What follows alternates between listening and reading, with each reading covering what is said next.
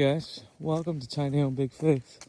Today is going to be an episode on finances and the number one trap that we all fall into right off the bat. You hear all of these ads on TV, on the radio, everywhere you hear an ad saying, you need a new car. Turn in that old rusty piece of junk. Alright? This is the number one mistake that most people make is we go out and we buy a brand new car because we're like, oh, it'll be reliable. Oh, it will, it'd be good. It's a good investment. It's a status symbol. I look cool riding around in a new car. Chill out, okay? Number one, buying a new car is one of the worst investments. You start off, the minute you drive it off the lot, it drops in value. Then you have to pay more for full coverage insurance.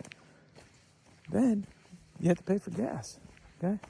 So your car payment is not the only thing you're paying. You're paying for fuel, you're paying for insurance, and this is just all taken away from your livable funds, all right?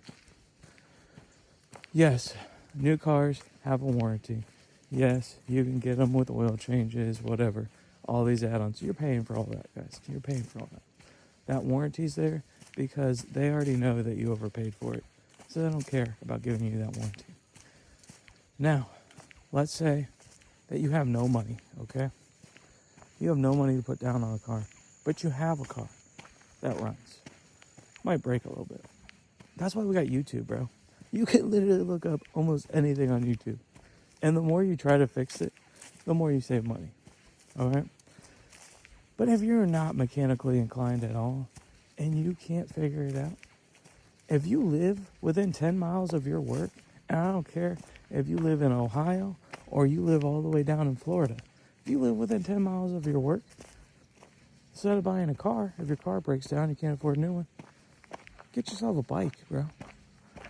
I know a cheap bike at Walmart isn't going to last, because I tried that first. I was like, boom, I'll buy this cheap bike at Walmart for $150. I'm going to drive it back and forth to work. That made it like 2 weeks. But putting 60, 70 miles on your bike a week destroys it. Especially when it's a cheap one. So don't buy a cheap bike. If you're going to buy a bike, save up about $500-$600. Maybe $1,000 if you really feel like getting an expensive one and you think you're going to ride it a long time. Go buy that. Number one, it's going to save you money. And while it's saving you money, you can put that money aside that you would be putting for a car payment, that you would be putting for insurance, that you would be putting towards gas, okay? Because if you think you can afford the new car, you should be able to put aside that money, okay? So let's say your new car, we'll even go on the low end, $500. Insurance, low end, we'll say $100. And then gas for the month, probably close to $200. So you should be able to put aside at least $800 to $1,500 a month while you're riding that bike. You save $800 a month for a year, bro, you're almost up to 10 grand right there. Especially if you put it in some investment or something account or money growth account. You're going to be at almost 10 grand for the year for riding this bike that you might have spent $1,000 for. So you could ride that bike for a year, get a decent car for 10 grand. Or you could ride that bike for 3 years or 5 years, pay cash for that new car that you want. So do not fall into this trap. You do not need a new vehicle. And you do not need to be riding in style. I remember there was times where there was so much snow on the ground and I'm out there, I got my gloves on, I got my hat on, I got like 4 layers, and I'm riding right to work. Just riding my bike. In the middle of the summer heat, beaming down on me, I'm riding to work. Saved so much money. I did that for like 2-3 years. Big investment, easy return. Just enjoy it, bro. Stop falling into the trap. You do not need a new car. You don't need it, bro. You don't need it. You need to go and live your life and not be a slave to the system. The minute you sign your life away to that car, it depreciates value. You become a slave to the bank, And you have to work and pay that bank over and over and over again. Don't do it. Please do not sign your life away.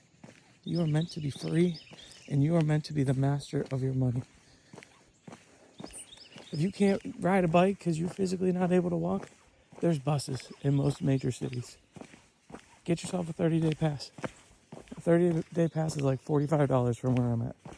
That's still $45 for a 30-day pass. If you're paying $800, you're still saving $750. If you're paying $1,500, you're still saving $1,400. There is so much other ways than to buy a brand new car.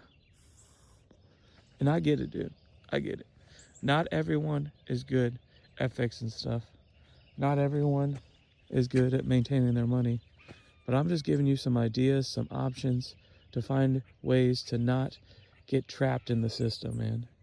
Once you're trapped, it is so hard to get out of the system.